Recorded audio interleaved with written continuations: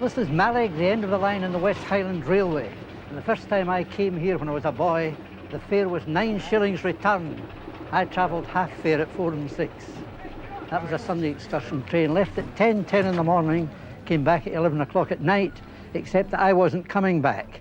It was a one-way trip, and if I had paid the full fare, I could have sold the return half for 4 and 6 to somebody who was travelling to Glasgow.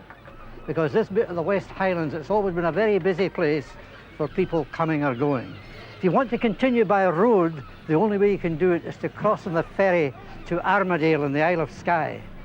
But the country that lies through there is still as roadless as in the days of Bonnie Prince Charlie, by Loch Morar and Loch Nevis. And that's the country for me, where the only way to travel is on your feet. I'm here because I'm following the footsteps of Bonnie Prince Charlie after Culloden, when Charlie was the fox and Cumberland's army was the pack. Pursued from the Hebrides, this is where he landed and took to the wild Loch Nevis hills. That's Mallaig, 600 feet below me, and behind it the Cocktail Isles, Egg and Drum. It's going to be great to get to this cairn and see over the other side as the country starts to open up. That's what I wanted to see.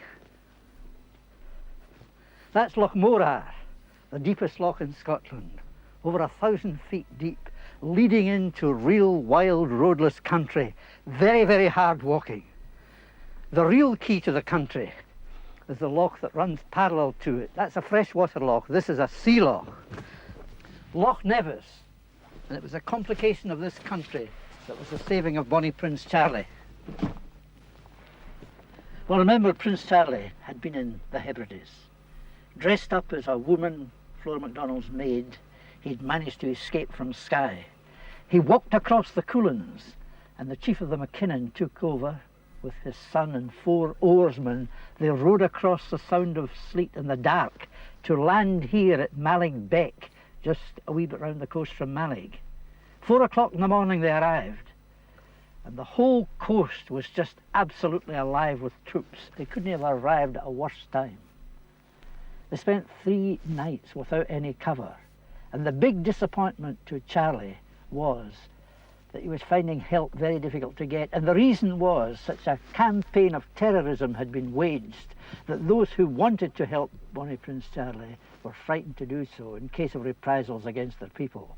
But always, whenever Charlie was in difficulty, you could find loyal folk. But here he had some adventures that looked as if he was going to be caught. For example, they came round the edge of a headland one day, right into an encampment of redcoats with a boat drawn up on the shore. And the captain of the redcoats shouted, "Where have you come from?" And the chief of the Mackinnon shouted, "From Slate." And they rowed on, followed by the redcoats in the boat, but they rowed so fast they managed to give them the slip. Then the tired and desperate party took quite a risk. They landed in a wee island on Loch Nevis, just over there. And we'll see it a bit better if we go to the edge.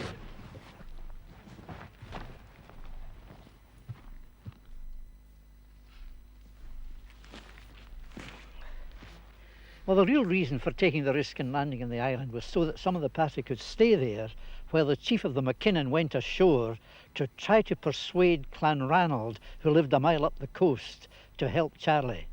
But Clanranald was having none of it. He said the clan had suffered enough. So the only thing that Charlie could do was start heading up the coast, staying in various caves, including Prince Charlie's cave at Borrowdale, and then into a refuge high above Lochielt, and then finally watching the troops advance upon him as he lay on the top of the hill above Loch Shiel where the rising had started. There was only one way for him, and that was north, and it took him 2 weeks to cross these mountains, travelling at night, taking incredible risks. And then in the 3rd week in July, he found himself below a boulder, and I've often wondered if he was aware of the extraordinary coincidence of that event. Well, this is the boulder in Glen Shiel that Charlie's party reached at 3 o'clock in the morning, after crossing that high ridge over a pass called the Bellach du Lake. And they climbed up here, found the cave, and it's said that the whole party were faint with hunger. And for the first time we hear of Charlie being oppressed at heart.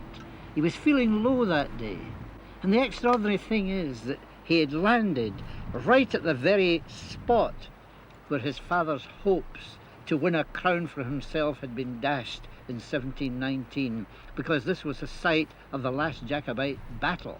And the peak is called Sgurna Spanchach, meaning the peak of the Spaniards, because Spaniards were used. Charlie's father had been arranging a force of Spaniards to make a simultaneous landing in England and Scotland. The force that came here was quite a small one, 300 Spaniards. But into England should have come 5,000 Spaniards, and the ship should have been carrying weapons to arm 30,000 potential Jacobites. Well, that armada was wrecked by storm, and the news reached Charlie's father's troops here. But they couldn't do anything about it, because by the time the news reached them, the English Navy were sailing into Loch Alsh to destroy Eilean Donan Castle. For a situation probably without compare anywhere in Britain, facing as it does to the west down Loch Alsh, where these enemy ships sailed in to destroy it in 1719. So the present castle, you could call it a romantic creation, a folly. It started to be built again in 1912. It took 20 years to build and cost $250,000. And it was built by a McCrae, because the McCraes, they'd been known as Mackenzie's shirts of mail, and they were the keepers of Eilean Donan Castle for the Mackenzies. And it was the Mackenzie of Seaforth who was one of the leaders of the 1719 Jacobite campaign, and he lost everything. So when you go through this castle, you're looking at something which, although it is a folly, has got something very real attached to it. And two of the things that I find most fascinating: one, a lock of the prince's hair taken from him when he was 16. The other, a letter summoning the chieftains to the raising of the clans at Glenfinnan, and signed Charles PR. The PR meaning pro-Rex, on behalf of the king. So that letter in that castle is a dream within a dream. So there was an extraordinary coincidence that Charlie's footsteps should have led him here. But I've often wondered, did he realise where he was? Because all these journeys were done in the dark. But what I do know is he had a tremendous stroke of luck here, because when they needed somebody most to guide their footsteps, up the glen came a young lad, Donald MacDonald. The lad had been at Culloden, and he was on his way to try to find a refuge that he knew of. And he took Charlie's party along. And that was a stroke of luck for Charlie, because it led him to the 7 men. Crossing a river always makes you feel frisky, and I'm actually looking forward to this. The water's running faster than you think. Just got to pick your way.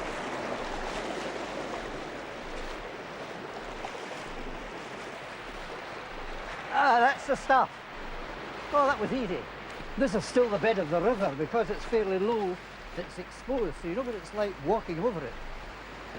It's easy when you can see it. Well, this is all that's left of the Shiel on this side.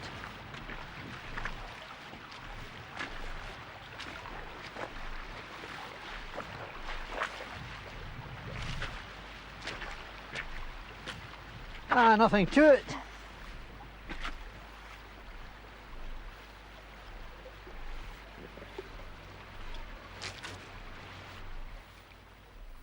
This is Dolan Macmillan, who farms 3,000 acres of Achnagart. I would like to hear his views on the Battle of Glen Shiel, because you can always find something from a local man that isn't in the books. Hello. Oh, how are you doing? Oh, fine, okay. Is it a good day? Yes, lovely day. Lovely day. How's Nell? Oh, she's very well. She's working away as usual. Sgurna Spanchach, the peak of the Spaniards. What actually happened, do you think?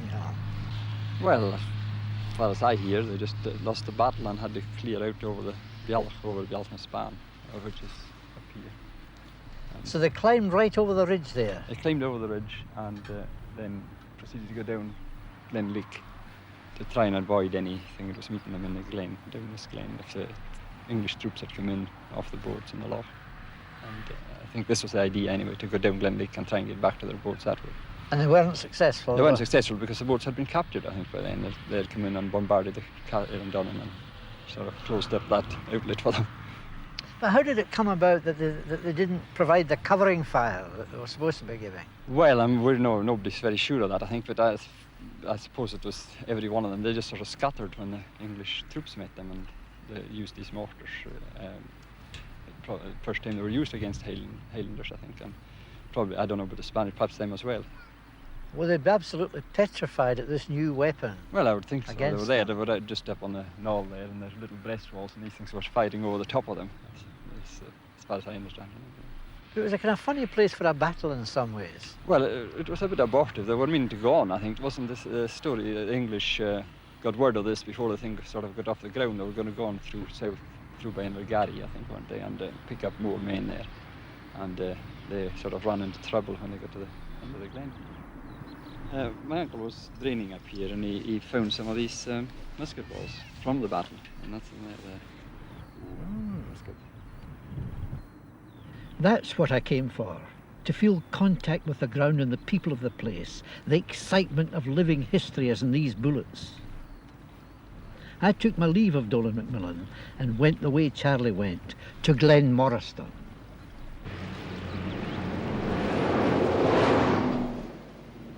It's not very often you hear of death being turned to good account, but here, just below the Glen Moriston Road, at the foot of Corrie Doe, is the grave of Roderick Mackenzie, who was with the Prince at Culloden and, like him, was a refugee. But he didn't know where the Prince was. He merely knew that he was somewhere in these hills. So that when Roderick was ambushed by a party of redcoats and shot, just before he died, he shouted out, "You have killed your Prince." And I imagine the reason why he shouted out that was because he was very like the Prince in appearance. People used to tell him that. And there was a price of £30,000 on the Prince's head. So the Hanoverian soldiers did, I imagine, what Roderick thought they would do. Cut off his own head and take it through to Fort Augustus to claim that reward. And by so doing, it gave the Prince time up there because the heat was temporarily taken off the search for him. So Roderick didn't die in vain. Well, I didn't really expect such a change of scene, leaving Glen Moriston and climbing into the hills. On the map it looks bleak, but far from being bleak, you're going through woodlands at first, natural woodlands beside the river. Climb up, you're coming into the remains of the Caledonian forest.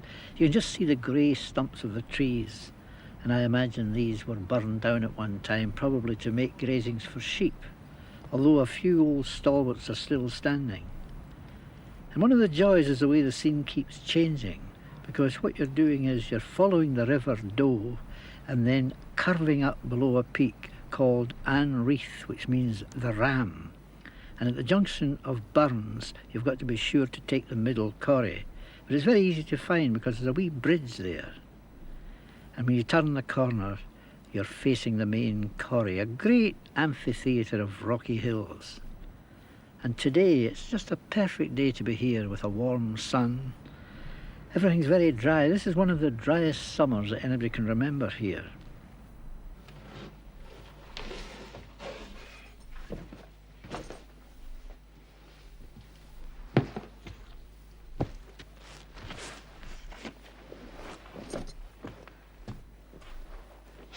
The 7 men of Glen Moriston were 7 who had dedicated themselves to fighting every evil which had come out of the Hanoverian takeover. Now the takeover was this, that Cumberland had moved down into Fort Augustus, and using loyal Highlandmen, he called them, mainly Campbells, they were raising the countryside, stealing cattle, taking people out of fields and shooting them, raping women. The whole object was to clear the whole area 50 miles around Fort Augustus. And these 7 men had carried out a very successful private war, and that Glengarry lad knew where to find them. But first of all, he'd come over these mountains. The Prince, the boy, and the 3 companions of the Prince spent a miserable night up there. And then in the following morning, they came down here, into the middle corrie, and this is Rory's refuge. And the prince spent 4 marvellous days here fattening up, and I'm going inside to see it.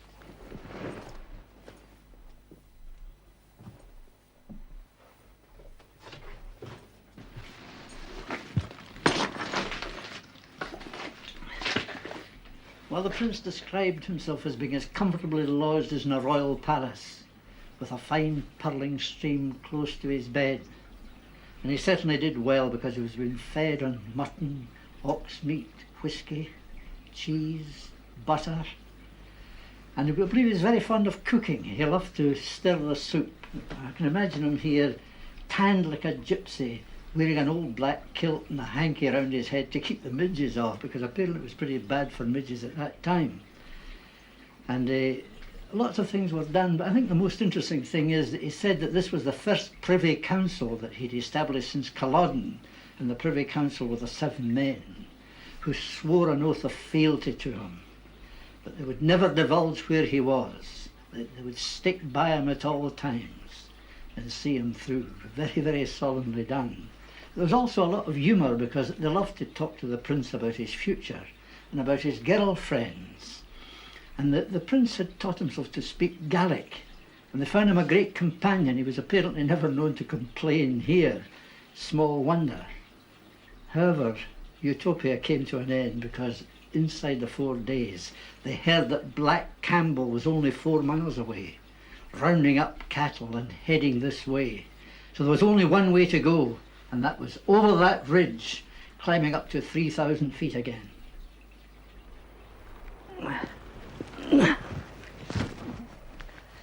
Hard walking, and the prince's party, descending from 3,000 feet, had arrived in Glenafric, at the very end of Lochaffric, and they had 20 miles to go, because they were heading for the braes of Strathglass. And however hard it might be for anybody in daylight, they were doing it in the darkness, and that's what must have made these journeys pretty grim. And the reason why they were heading for Strathglass was there was a lot of safe places, little huts that they might be able to use, because they had something in their mind, and that something was to try to find out news of a ship said to be lying at Poolew. And on the walk they met an 8th man, Hugh Macmillan. So the 7 men became 8 men, and Hugh Macmillan and the other 7 determined they would stay with the prince until he was handed over safely and could escape towards that ship. And I'm going to go to the furthest north of his travels, which is just over the hill there in Glencanich. That hill behind me is called Benacharen, and it lies above Glencanich, and that's the furthest north that Charlie reached. He left Rory's cave on the night of the 2nd of August, and on the 3rd he spent the day lying up here. And in the morning of the 4th, 2 scouts set off from here, 2 of his men, to walk to Poolew across the hills 40 miles away to bring news of this French ship. And Charlie waited on top of the hill there on the day of the 6th, waiting for news. And then they went down to a hut, and in the morning they got the news, and it wasn't too good. The French ship had sailed, but they heard that it had landed 2 gentlemen who were on their way to Lochiel's country. So Charlie's party crossed the ridges again to the dark mile of sombre associations. It was real fugitives weather when the prince's party came here about the middle of August, and they did quite a job with flooded rivers and rain. They'd had a rotten night out on the top of a high hill. They spent another miserable night with inadequate shelter. When they got here on the 15th, they were hungry, they hadn't eaten very much, and they shot a stag, had a celebration. Now, they were trying to find Lochiel in case somebody might have got to him with news of a ship, but there was no hope of finding Lochiel, the reason being the enemy troops were searching, so they had to retreat into the mountains, and they spent roughly until the 26th of August. But meantime, the Glenmorrison men were scouting to make contact with the few people who had managed to escape the search. And it was there they managed to get news about the Cluny. They also found out that Lochiel was with Cluny. And then on the 26th, the great news came. they could go to Cluny's hideout 30 miles away on the other side of the mountains to a special cage that he had prepared for the prince. And there was quite an emotional farewell with the 7 men. The prince said he would never forget them, and when he came into his own, he would certainly remember them. But meantime, he made a more positive gesture. He gave them 24 guineas because, as you know, the 7 men were 8. And then away he went across the Lochie to do that hard walk across a mountain pass and across another mountain pass. And what a piece of work it was to get there. And I'm off to find that cage. Well, this is still one of the wildest bits of Scotland today. The heights of Binalda, which drop very steeply down to Loch Ericht. And when the prince came here, he was in other hideouts at first, but he was taken to a very special one, which is known as Cluny's cage, not a cave. And when I came here first, I had no idea where to look for it. So I had a search around, and I just couldn't find it at first.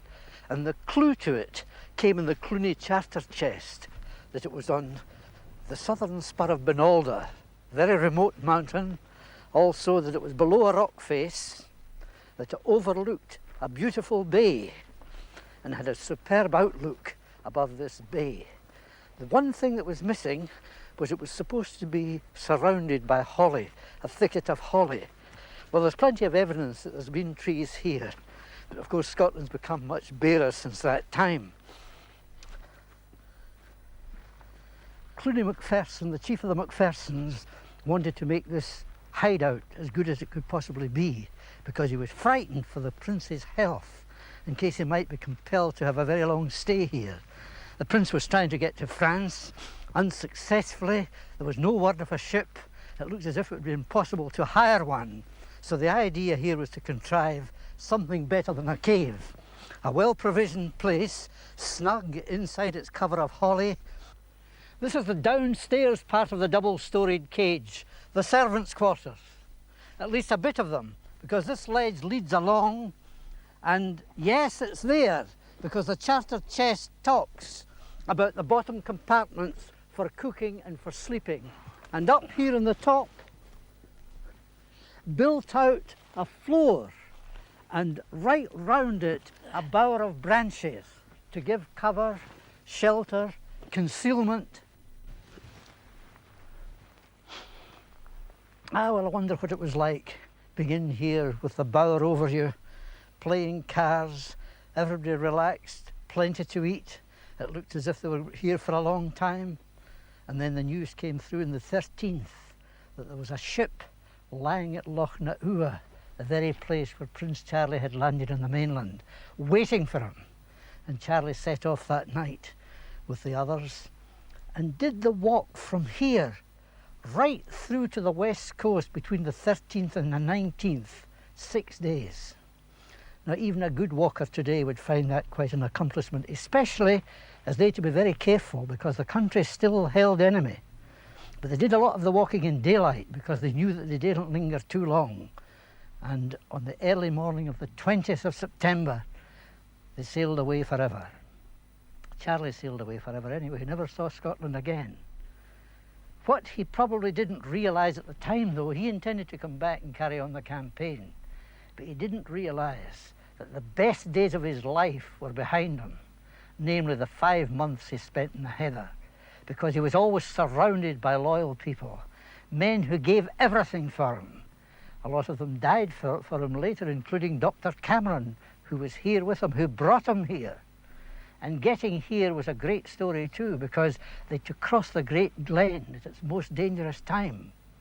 So the whole story shows Charlie as a heroic character in an emergency. He was a great trooper, but he wasn't a general at all. And in later life, embittered because he wasn't recognised as being a king, that's the thing that really gripped him. His life was spent in ineffectiveness.